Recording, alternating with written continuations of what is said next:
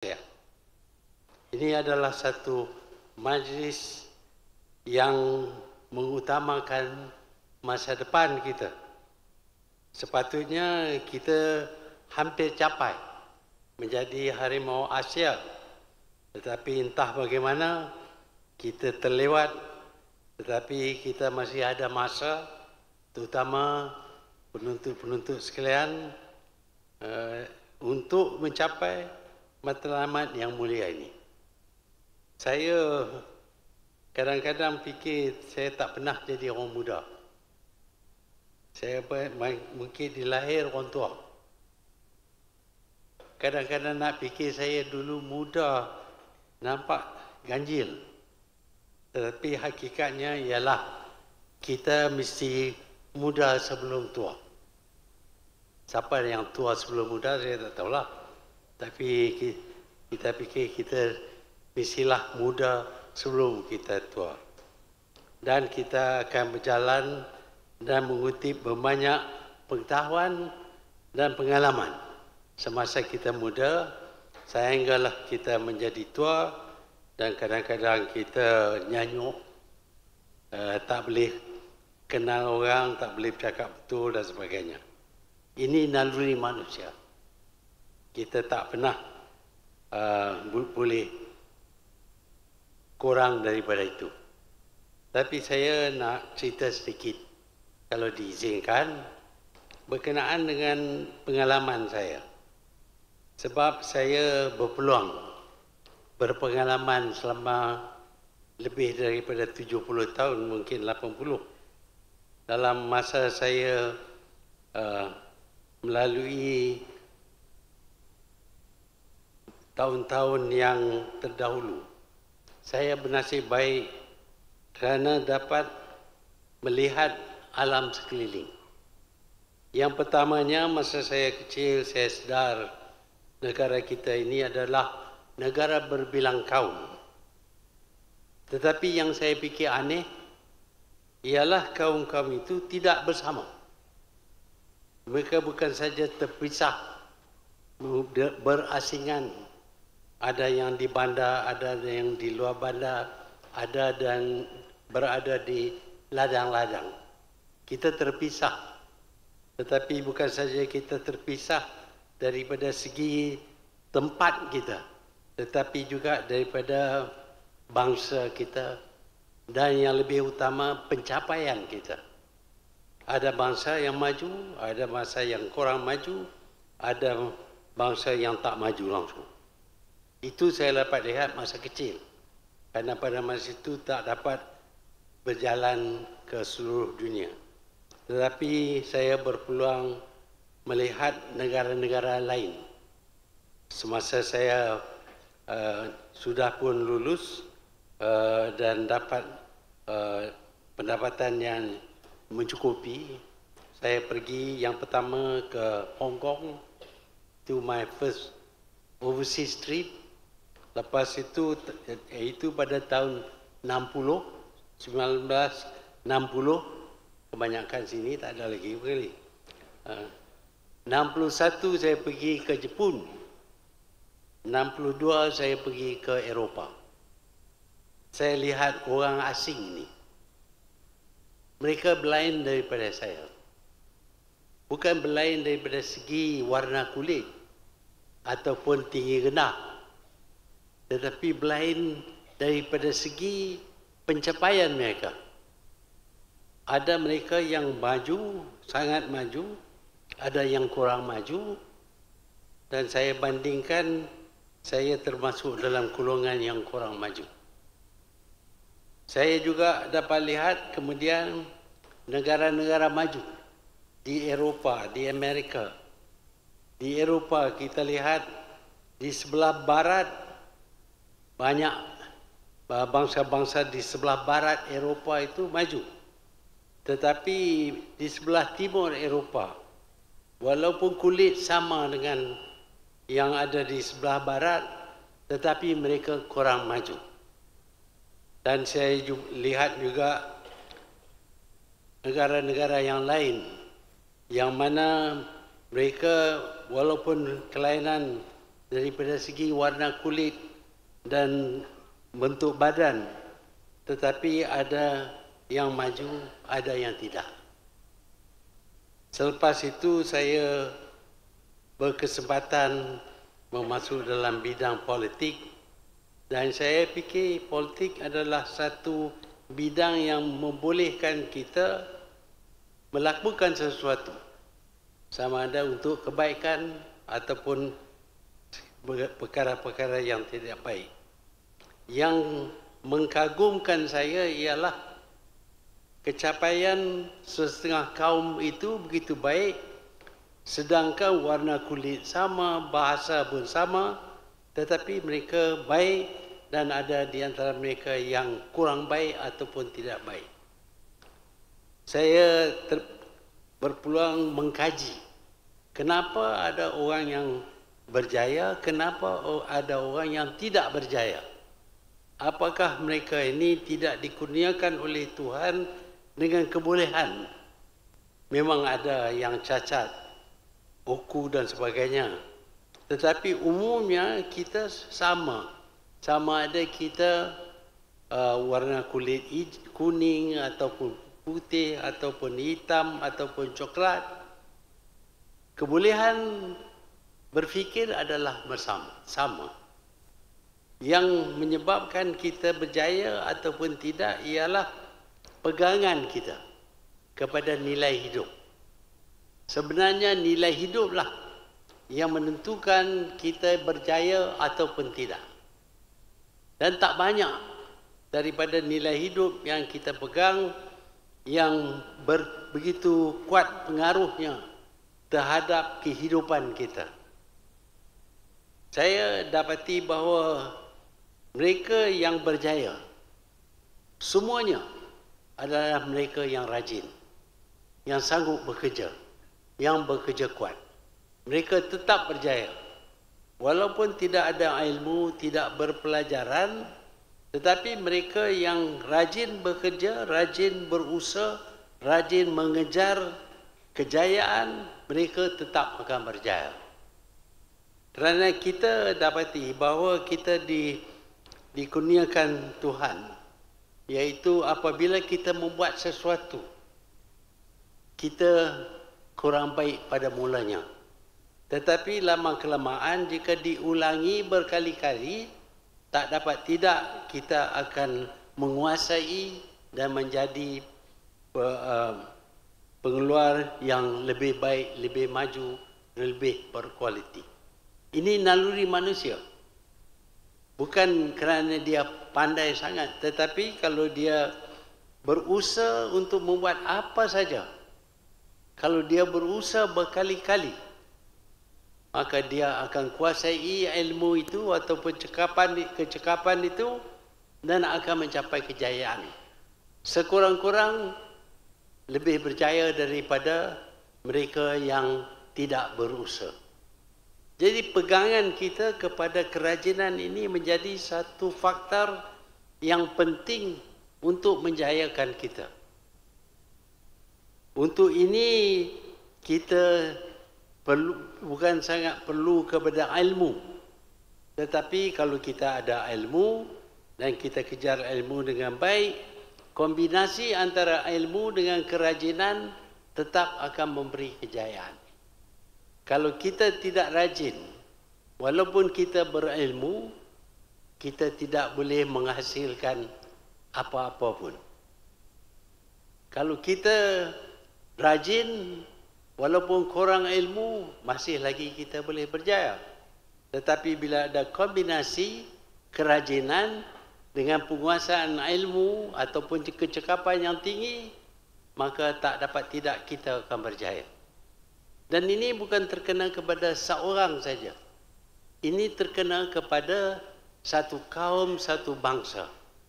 Tiap bangsa yang ada di dunia ini berbeza antara satu sama lain kerana budaya. Pegangan mereka kepada nilai hidup.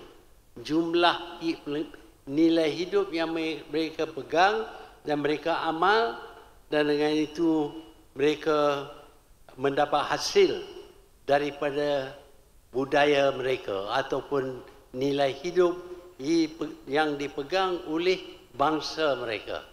Sebab itu kita lihat ada bangsa yang berjaya, ada bangsa yang tidak berjaya, ada bangsa yang tidak mungkin berjaya. Jadi bukan antara satu orang dengan orang lain saja yang kita lihat perbezaan apabila mereka memiliki nilai hidup yang tidak baik ataupun yang baik.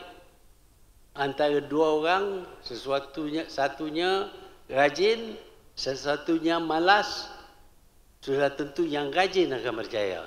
Yang malas tidak mungkin berjaya. Kita dapati juga kalau satu bangsa ataupun satu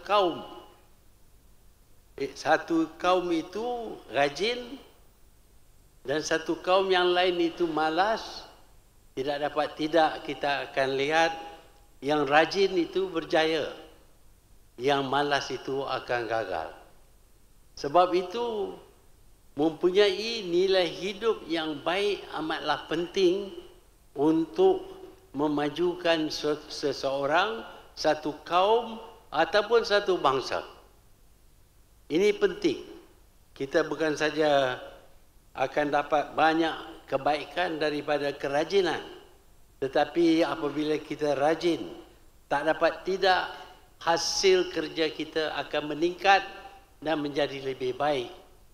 Kerana seperti yang saya katakan tadi, apabila kita membuat sesuatu berkali-kali, maka kita akan mencapai kejayaan yang mungkin lebih daripada mereka yang cerdik, yang pandai tapi malas. Saya nak masuk bakul sikit dengan izin, nak angkat bakul saya. Boleh naik tak? Tak boleh.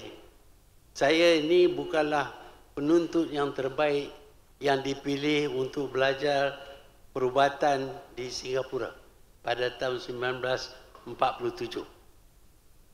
Saya cuma mempunyai dulu kita masuk peperiksaan Cambridge Senior Certificate dan saya dapat 3A, 3 distinction. Saya lupa dah dalam subjek apa. Yang lain yang pergi dengan saya ke belajar perubatan ini di Singapura, mereka mempunyai 6, 7, 8, 9A. Dan saya takut. Bila saya sampai sana, saya dengar dengan kelulusan mereka, saya berasa takut. Dan ada di antara mereka yang setelah mendengar saya dapat 3A, dia kata, go pack your bag. This is no place for you.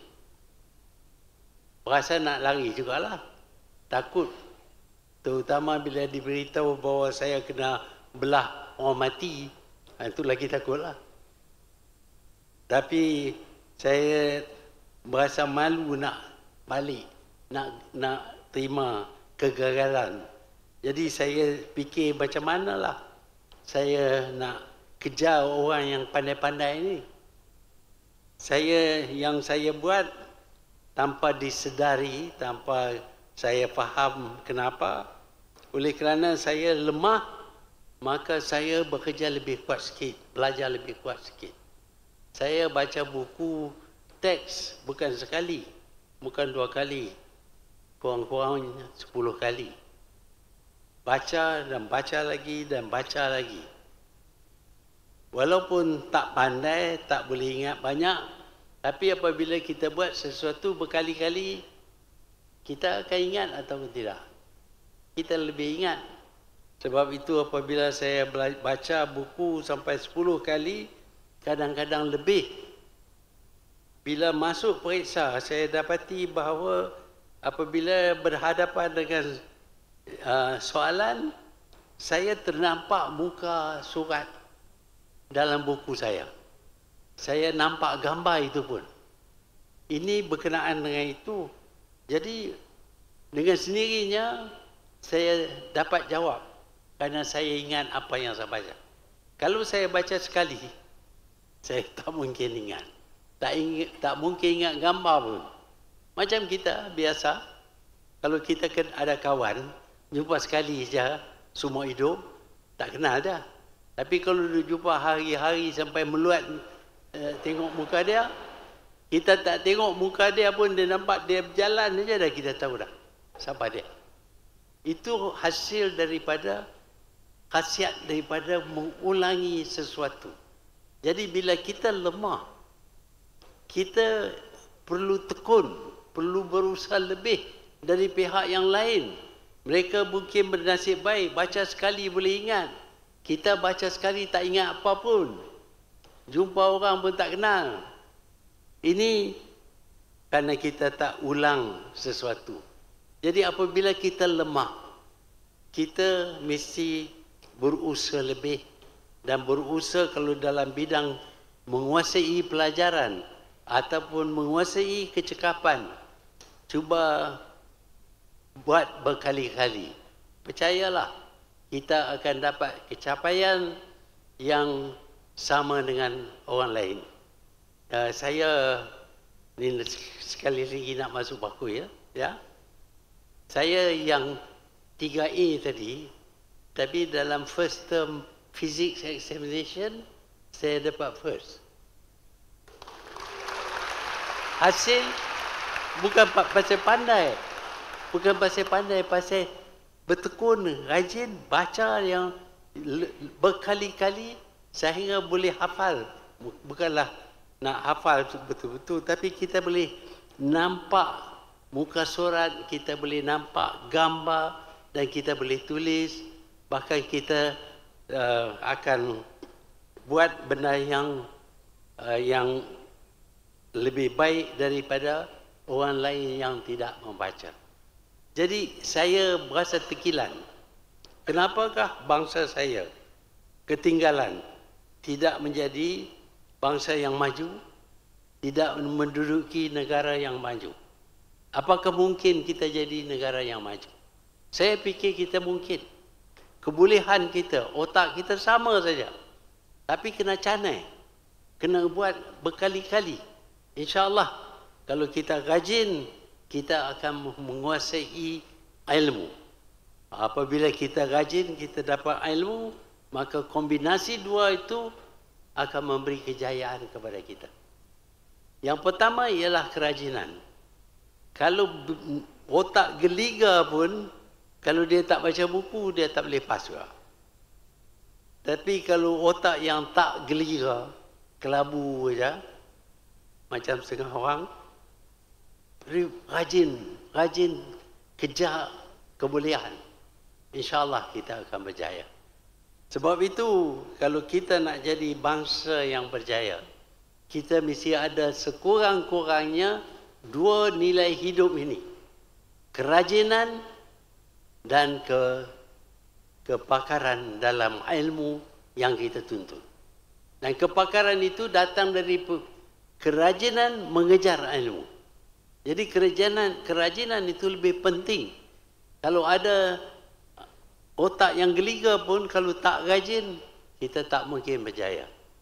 Ini saja yang kita minta daripada generasi yang muda.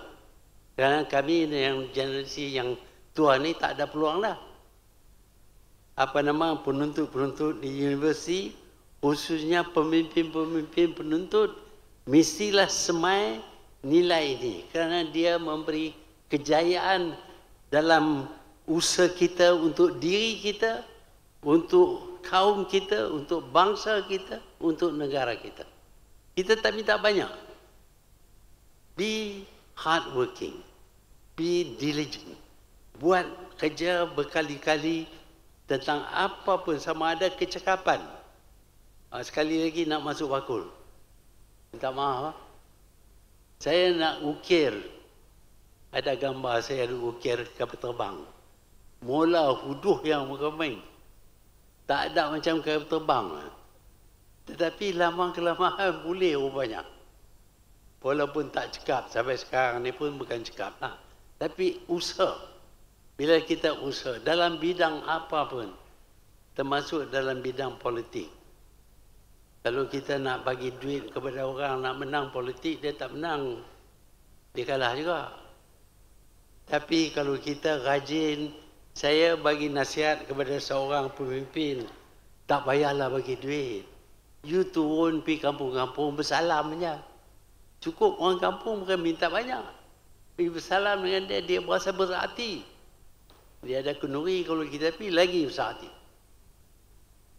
Tak payah bagi duit. Tapi kalau tak rajin turun, tak ada kejayaan. Jadi segala-galanya, jika kita ingin berjaya, kita mesti rajin. Selain daripada itu, kita mestilah mempunyai ilmu. Satu lagi, nilai hidup yang mesti jadi pegangan kita semua ialah amanah. Iaitu tidak membuat sesuatu yang lari daripada yang terbaik. Umpamanya, kita disuruh buat sesuatu. Mungkin kita akan buat, tetapi mungkin kita gagal. Kita patut berasa malu bila kita gagal. Ya, orang kita ni malu pandai juga, malu sikit. Kalau dia, saya nak cerita pasal pakai kain baju yang koyak, cari. Malu lah. Tapi lah ni tak malu dah pasal itu fashion. Zaman saya dulu malu lah kat orang. Pakai baju koyak. Inilah ni, itu style. Jadi nak cerita pasal itu tak kenal. Tapi kita betul rasa malu apabila kita gagal membuat sesuatu. Untuk elak daripada gagal, untuk elak daripada perasaan malu, kita berusaha bersungguh-sungguh. Berusaha berkali-kali dan memikir berat tentang tugas yang diberi kepada kita. Kita mesti jayakan apa saja yang kita ditugaskan. Untuk ini kita mestilah berusaha lebih kerana kita tak nak berasa malu. Dan ini saya dah cerita berkali-kali. Apabila saya banding kejayaan dan kelemahan kaum-kaum, saya dapati, saya kagum dengan orang Jepun. Saya pergi ke Jepun pada tahun 1961. Mereka sedang membangun semula negara mereka yang hancur kerana perang. Mereka bekerja kuat. Kadang-kadang waktu musim winter pun sejuk, mereka masih bekerja dengan kuat kerana bagi mereka tidak menunaikan janji mereka adalah satu perkara yang amat memalukan. Ini mereka warisi daripada tradisi bangsa mereka. Di zaman dahulu apabila seseorang diberi tugas untuk membuat sesuatu dan dia gagal, dia komit harakiri, dia bunuh diri. Malu nak bagi tahu, kata sorry saya gagal. Kita dapati kadang-kadang ada bangsa yang bila dia gagal dia senyum, tak ada apa, tak merasa apa pun. Jadi kalau kita ada perasaan malu macam orang Jepun ni, saya pilih orang Jepun pasal saya kagum dengan kebolehan mereka. Walaupun mereka biasa menjadi penjajah kita, tetapi kualiti yang baik yang ada kepada mereka mesti kita akui. Dan perasaan malu mereka ini adalah begitu sehingga mereka tidak pernah dijajah oleh mana-mana pihak daripada barat. Mereka malu kalau mereka kalah. Tentera mereka, askar mereka, samurai mereka, kalau kalah, bunuh diri. Dalam perang dunia kedua, mereka kalah. Mereka perang dengan kuat dan mencuba, tapi mereka kalah. Beribu daripada mereka bunuh diri. Ini tak ceritalah, dia tak cerita, tapi inilah yang berlaku. Perasaan malu di antara mereka tu amat sangat. Apa kesannya dalam kehidupan mereka? Dalam kehidupan mereka, mereka elak daripada perasaan malu kerana gagal. Sebab itulah apabila orang barat berjaya dalam satu bidang, mereka juga masuk dalam bidang yang sama dan mereka berusaha sendiri menguasai ilmu, kebolehan dan kecekapan, dan mereka dapat berjaya sehingga mereka melebihi pencapaian orang-orang barat. Sebab mereka takut kalau kalah berasa malu. Saya tak tahu berkenaan dengan football, tapi dulu kita mengajar orang Jepun main football, kan dia dah boleh masuk World Cup, kita duduk tak tahu tak mana. Ini pasal kita tak malu. Kita tak malu, kita malu pasal lain. Tapi saya fikir, satu, rajin. Yang kedua ialah ketekun, rajin, apa dia lupa dah.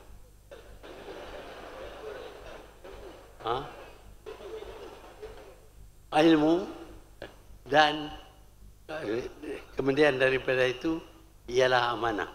Amanah ini penting. Saya dapati, maaflah saya tarik perhatian kepada perkara ini.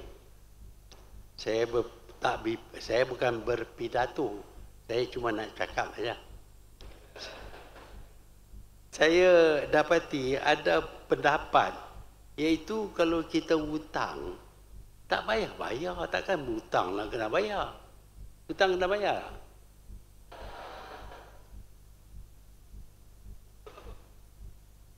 Senyap aja. Ya.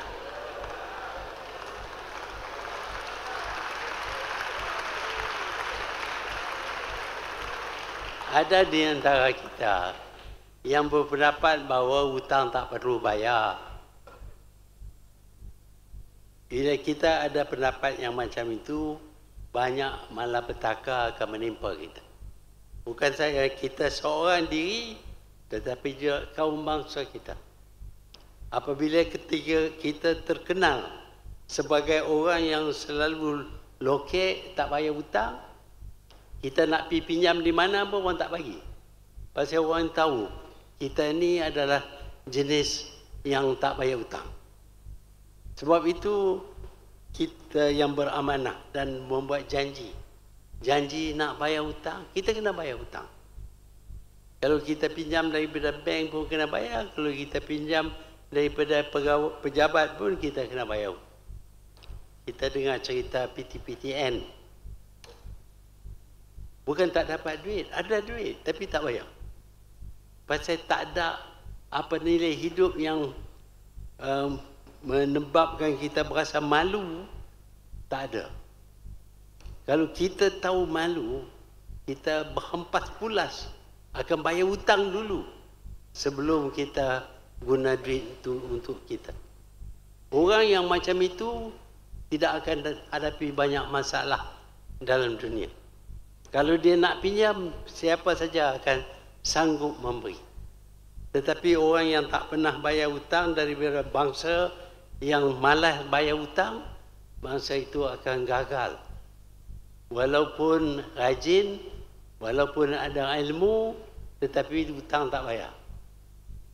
Ini menyebabkan kita gagal.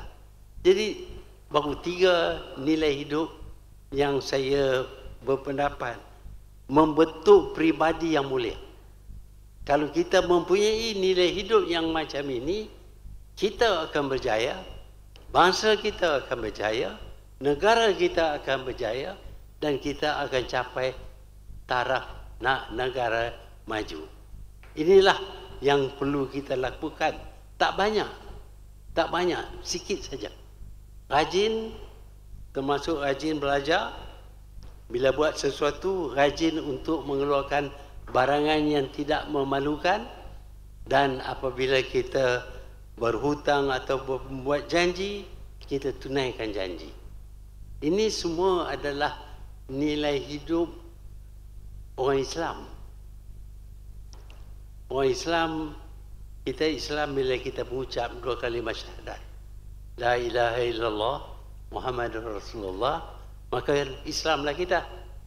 Tapi itu saja tak mencukupi. Kita tahu Islam ni berbeza sikit dengan agama lain kerana dia bukan saja satu kepercayaan, bukan saja satu agama, tetapi dia adalah satu cara hidup. Berapa ramai daripada kita yang belajar tentang cara hidup Islam. Yang kita tahu semayang, puasa, zakat, buat kerja haji. Ini garanti kita pergi syurga. Tapi kita seorang je lah. Kita semayang, orang lain tak pergi. Kita yang buat. Jadi selain daripada itu, banyak lagi nilai-nilai yang perlu ada kepada kita kalau kita orang Islam yang mengamal cara hidup Islam. Sebenarnya dalam Quran banyak panduan. Kita tak payahlah tahu semua. Tapi beberapa yang ada dalam Quran itu, kalau kita pegang sebagai satu cara hidup kita, insya-Allah kita akan berjaya. Tapi kalau kita perhati sekarang, apakah kita sebenar-benar pegang kepada cara hidup Islam? Kita baca Quran kan? Takkanlah tak baca Quran, baca dalam bahasa Arab. Banyak tak faham lah. Tapi kita tahu dalam Quran dilarang kita bunuh kan? Dia suruh kita bunuh ke dia larang? Dia larang kan? Terutama bunuh sesama orang Islam. Itu jamin pergi neraka. Tak balik dah. Pergi neraka. Tapi apa yang kita buat sekarang ni? Kalau kita lihat rakan-rakan kita di Timur Tengah, itulah kerja dia. Hari-hari bunuh orang. Tapi dia Islam. Allahu Akbar, potong kepala orang. Potong tangan orang. Ini tak kena. Mengikut ajaran Islam, kalau orang itu bersalah mencuri, bukanlah dengan serta-merta kita potong tangan dia. Kita kena hukum dia, kita bicara dia dan kita hukum dia. Dan dalam Islam, satu perkara yang ditekan berkali-kali, tak kurang daripada 43 ayat menyebut apabila kamu hukumlah dengan adil. Kalau dia curi pasal dia dalam kebuluran, kita tak boleh potong tangan dia. Tapi yang kita tekan sangat, nak potong tangan. Nak potong kepala ni tak ada dalam Quran. Tapi tak apalah, kita potong jugalah. Pasal kita Islam kan. Sebenarnya itu salah daripada agama Islam, daripada ajaran Islam. Tapi kita baca Quran dalam bahasa Arab, kita tak faham isi kandungan Quran. Sebab itu sementara kita semayang, puasa, zakat dan kerja haji dan umrah jugalah. Umrah banyak kali. Tak disuruh pun, itu bukan wajib. Itu sunan. Kita boleh, tapi lah. Ini sampai kita pergi banyak kali, orang lain pun tak boleh.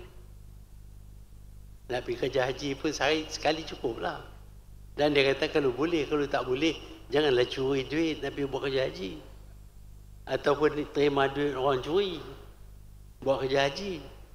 Ini semua lari daripada ajaran Islam, nilai-nilai hidup Islam, cara-cara hidup orang Islam. Sebab itu kita gagal.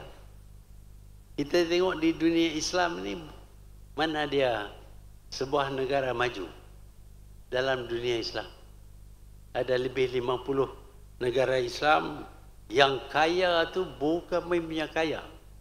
Keluar duit ke telinga, ke mulut, ke hidung semua. Tapi kita tak maju. Kita tak boleh buat apa. Kenapa kita tak buat? Tak boleh? Kerana kita tak cuba. Kita malas. Bukan tak ada kebolehan, tapi tak buat. Tuhan kurniakan kepada kita tubuh badan yang kuat, akal fikiran, tapi kita tak guna. Kalau kita terima hadiah daripada orang, orang bagi hadiah yang bernilai tinggi, dan kita ambil hadiah tu, buang dalam longkang. Itukah cara kita tunjuk perasaan syukur atau terima kasih kita. Tentu tidak. Tapi ini yang dikurniakan kepada kita ini nyawa. Tak ada orang yang boleh buat nyawa, tapi kita dapat nyawa. Allah memberikan kepada kita nyawa, tapi kita tak guna nyawa ini dengan cara yang baik. Kita tak guna kebolehan kita dengan cara yang baik. Kita tak ikut ajaran-ajaran Islam selain daripada buat ibadat fardu ain, kerana fardu ain itu untuk kita. Itu tamak namanya. Kita kena ingat fardu kifayah juga untuk masyarakat kita, untuk bangsa kita, untuk negara kita. Sebab itu apabila nilai yang dipegang dan diamal oleh kita itu tidak baik, kita tak akan berjaya. Pelajaran yang pertama yang patut diajar di sekolah, dulu diajar oleh ibu bapa. Ibu bapa akan mendidik anak tentang budaya bangsa dia. Apa yang dihargai oleh dia dan anak dia dan bangsa dia. Dulu. Sekarang ini mak pun bekerja, pak pun bekerja, masa quality time untuk anak tak ada. Anak belajar daripada siapa? Nilai hidup dia. Daripada rakan dia lah, mak rempit. Kalau dia belajar daripada mak rempit, dia jadi mak rempit lah. Tapi kalau kita tak ada masa nak ajar anak, dan kita tak nak anak kita besar dengan nilai-nilai hidup yang tidak baik, yang akan merosakkan dirinya, maka ini adalah tugas institusi pelajaran. Jadi institusi pelajaran kita utamakan penyemaian ilmu, penguasaan ilmu. Tetapi kita juga perlu utamakan nilai murni ataupun moral quality kaum bangsa kita. Daripada kecil, naklah kita semaikan nilai-nilai yang mulia tadi. Kerajinan, ketekunan, penguasaan ilmu dan juga beramanah. Kalau kita dapat 3 itu pun dah sudah cukup. Tentulah ada banyak lagi dalam nilai hidup yang perlu menjadi pegangan kita supaya kita ini jadi satu orang yang berjaya, satu orang yang berjaya menyumbang kepada kaum bangsa dia, karena kaum bangsa dia juga akan berjaya, dan dengan itu kita boleh berdiri sama tinggi dan duduk sama rendah dengan kaum-kaum lain, bangsa-bangsa lain yang lebih berjaya. Hari ini kita lihat dalam dunia ini ada bangsa yang berjaya, ada bangsa yang gagal, ada bangsa yang tidak boleh tadbir diri sendiri pun. Sebabnya kalau kita buat analisa ialah kerana budaya mereka tak kena, nilai hidup mereka tak kena, pegangan mereka tak kena. Kalau nilai hidup mereka kena, tidak mereka akan berjaya. Bukan warna kulit. Orang putih dulu adalah orang yang bodoh sekali. Kita tak, masa tamadun Islam, selepas Nabi bawa agama Islam kepada orang di Timur Tengah, mereka dapat mendirikan tamadun yang luar biasa kejayaannya. Tapi datang satu masa yang mana mereka salah tafsir dan menganggap bahawa penguasaan ilmu yang lain daripada agama tidak memberi pahala kepada kita. Jadi kita tolak nilai-nilai ilmu-ilmu yang dulu menjadikan orang Islam ini orang yang bertamadun tinggi. Tetapi di masa yang sama, pada abad ke-15 Masihi, orang-orang Eropah melihat bagaimana orang Islam ini berjaya. Mereka mempelajari bahasa Arab dan menuntut segala ilmu yang ada kepada orang-orang Islam. Jadi di masa orang Islam tolak ilmu, orang Eropah terima ilmu daripada orang Islam. Dan mereka terus maju sehingga mereka menguasai hampir semua negara Islam. Kenapa mereka dapat menguasai semua negara Islam? Kerana orang Islam selepas fatwa yang berkata bahawa mengejar ilmu-ilmu yang lain daripada agama tak dapat pahala dan tidak memberi apa-apa kepada kita. Terlepas mereka orang Islam tolak ilmu ini dan ilmu ini pula diterima dalam masa yang hampir sama pada abad ke-15. Kita dapati sementara dulu orang Islam mendirikan tamadun yang termaju sekali, kita dapati mereka merosot dan orang Eropah dapat mendirikan satu tamadun baru yang menjadikan mereka begitu kuat kerana mereka menguasai ilmu sains dan hisab, dan mereka dapat memperkuatkan diri mereka sehingga ke tahap semua negara-negara Islam dikuasai oleh orang Eropah. Bukan kerana kulit mereka. Saya ingat orang Arab pun kulit putih juga. Adalah yang hitam sikit. Yang sebelah Yaman tu dia hitam sikit. Tapi orang Arab pun white man. Orang Turki pun white man. Tapi bila kita kata white man, kita ingat orang Inggeris saja orang putih. Bila orang Inggeris berlawan dengan Jerman, kita kata orang putih lawan dengan Jerman. Jerman pun putih juga. Bukan warna tu. Warna tak penting. Tak apalah hitam sikit. Jadi kita kena ada budaya yang boleh menjayakan diri kita. Untuk ini kita mesti buat kajian diri. Jangan mula-mula sekali nampak orang lain salah. Kajian diri, apakah kesalahan kita? Dan kalau kita terima ada kesalahan kepada kita dan kita sanggup memperbaiki kesalahan itu, maka kita akan berjaya. Inilah yang ingin saya sampaikan pada malam ini, walaupun lari jauh daripada teks yang ada kepada saya ni. Saya tak baca pun. Tetapi saya berasa nak luah perkara ni amat sangat. Saya percaya orang Melayu terutamanya boleh berjaya macam orang putih.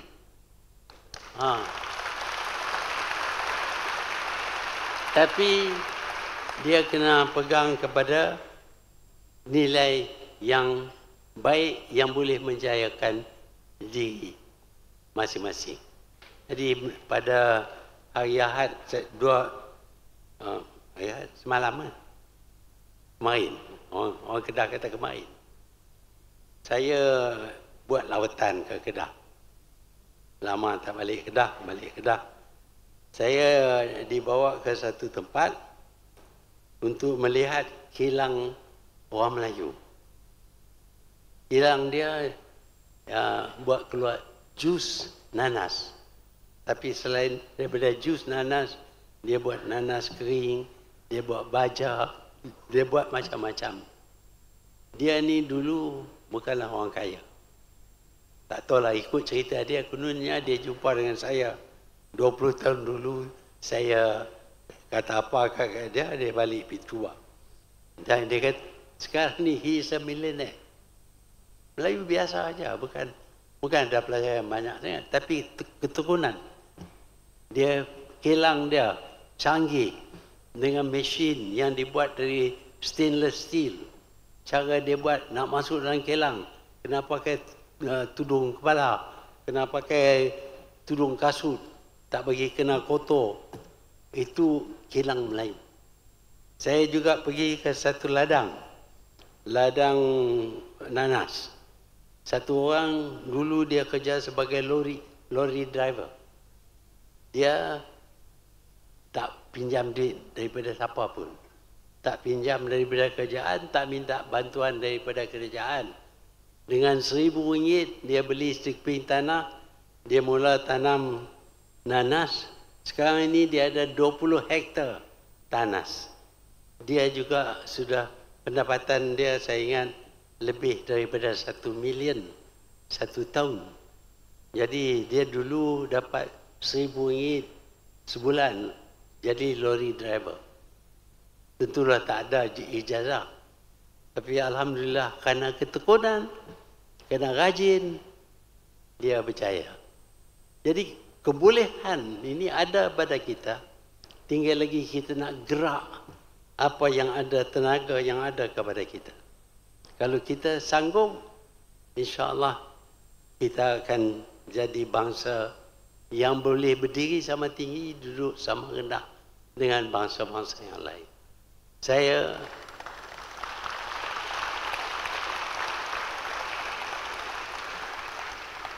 Saya harap masa saya pergi universiti dulu, budak Melayu ada 7 orang yang menuntut ilmu perubatan dan pagi 7 orang. First year tinggal 4. Lepas itu yang 4 ni berempas pulas akhirnya lulus jugalah. Dulu bilangan yang dalam 7 orang tu seorang saja wanita. Seorang saja. Sekarang ni kita pergi universiti, kita nampak wanita semua. Wanita saja. Mana pergi budak-budak lelaki ni? Ha? Oh, dia ada tantu. Tantu. Takat tu saja. Kita sini banyak. Siapa sikit sangat situ. Jadi kita dulu tak ada banyak wanita, pilihan pun tak banyak juga.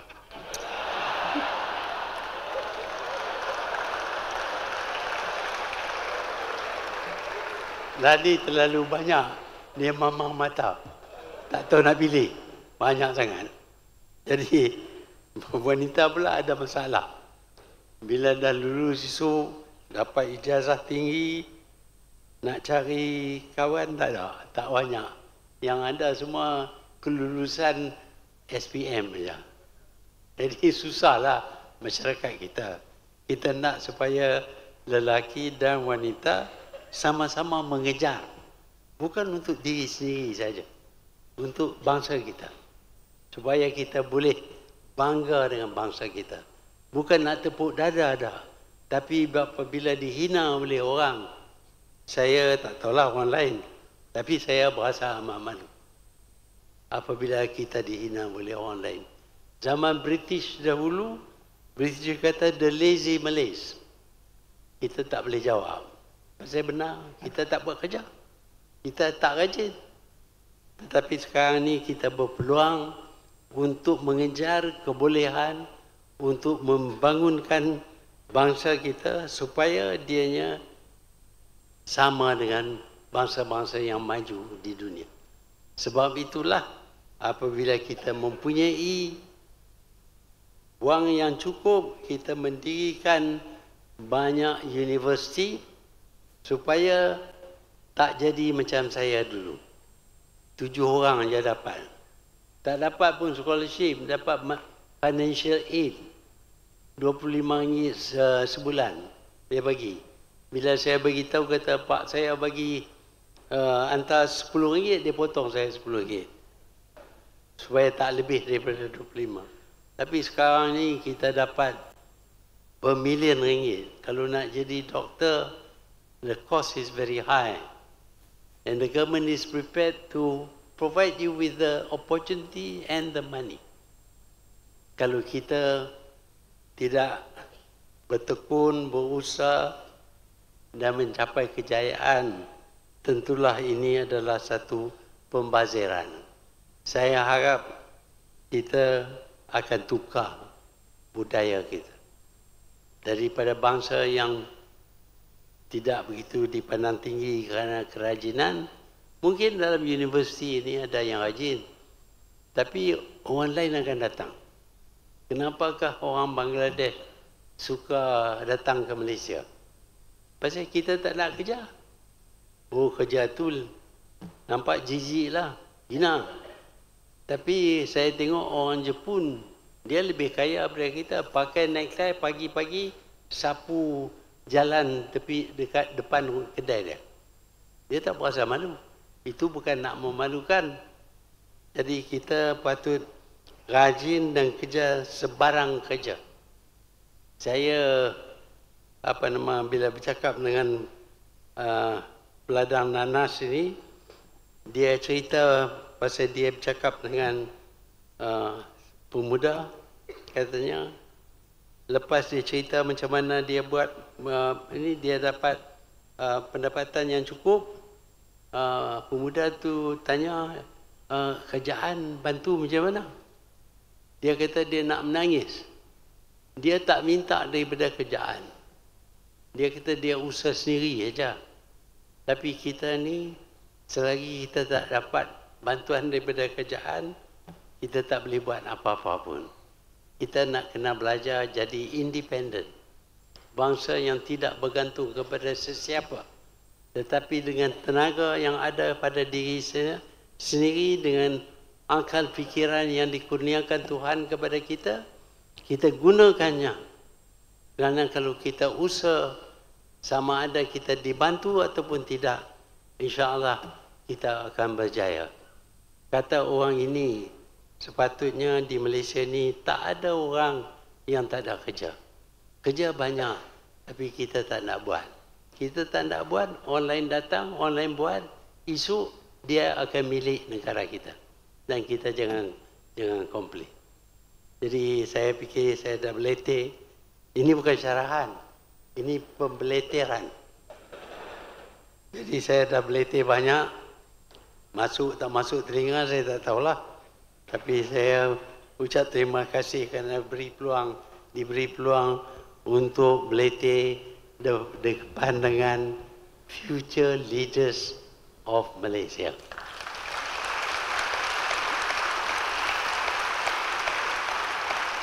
You are going to be the future leaders of Malaysia. So you have better be good, better be capable, better able to lead. Then only you will become leaders of Malaysia. Thank you. Terima kasih Yang Amat Berhormat Perdana Menteri di atas ucapan sebentar